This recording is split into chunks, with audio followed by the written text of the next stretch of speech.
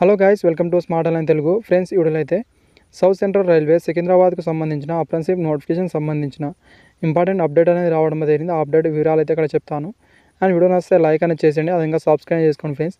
ఇలాంటి మరిన్ని అప్డేట్ అయితే మీకోసం తెస్తుంటాం కాబట్టి ఛానల్ని సబ్స్క్రైబ్ చేసుకోండి. అండ్ ఈ వీడియోకి అయితే 50 లైక్స్ అయితే ఎక్స్పెక్ట్ అనేది చేస్తున్నాం. దయచేసి లైక్స్ అనేది చేసేయండి ఫ్రెండ్స్. గైస్, ఇక్కడ మీరు నోట్ అనేది చూస్తే మీరు గమనించండి. అప్రెంటిస్‌షిప్ అనేది 2022లో అయితే రావడం జరిగింది. దానికి సంబంధించిన వాళ్ళనేది సెకండ్ ఫేజ్ అయితే ఇక్కడ రిలీజ్ అనేది చేయడం జరిగిందండి.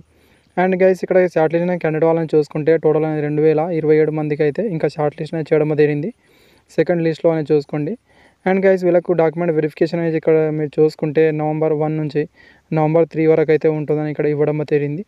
వాళ్ళకైతే అఫీషియల్గా అనేది ఇక్కడైతే వాళ్ళకు ఇన్ఫర్మేషన్ అయితే ఇవ్వడం జరుగుతుంది వాళ్ళ ఈమెయిల్ ఐడి ద్వారా అనేది. ఇక్కడ మీరు చూసుకుంటే ఈసారి అనేది సికింద్రాబాద్, అదేవిధంగా హైదరాబాద్, తర్వాత విజయవాడలో కూడా ఇక్కడ డాక్యుమెంట్ వెరిఫికేషన్ అయితే ఉంటుందని చూపించారు. ఇవైతే క్లారిటీగా చూసుకోండి. అండ్ ఇక్కడ మీరు డాక్యుమెంట్ వెరిఫికేషన్ వెళ్ళేటప్పుడు అయితే మీకు అనేది వాళ్ళనేది ఒక ఈ కాల్ లెటర్ అయితే పంపిస్తారు. అదైతే వాళ్ళ అఫీషియల్గా సపరేట్గా అనేది లింక్ అయితే పెడతామని చూపించారు. ఇక్కడ క్లారిటీగా చూసుకునే ప్రయత్నం చేయండి ఫ్రెండ్స్. గాయస్, ఇక్కడైతే మీ నేమ్ ఉందో లేదో కూడా క్లారిటీ అనేది చూసుకునే ప్రయత్నం చేయండి.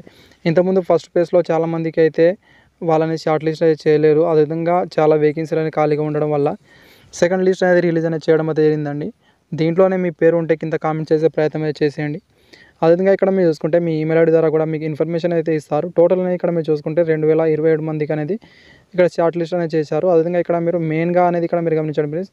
మెయిన్ అనేది ఇక్కడ మీరు చూసుకుంటే కంపల్సరీగా అయితే మీకు ఇక్కడ సీట్ అనేది వచ్చినట్టే. అదేవిధంగా స్టాండ్ బై అనేది చూసుకుంటే ఫ్రెండ్స్, మీరు అనేది వెయిటింగ్ లిస్ట్లో ఉన్నట్టు అనేది ఇక్కడ మీరు చూసుకోవాల్సి అయితే ఉంటుంది. క్లారిటీ ఇక్కడ మీరు చూసుకోండి, ఇక్కడైతే మీకు అర్థమవుతుంది.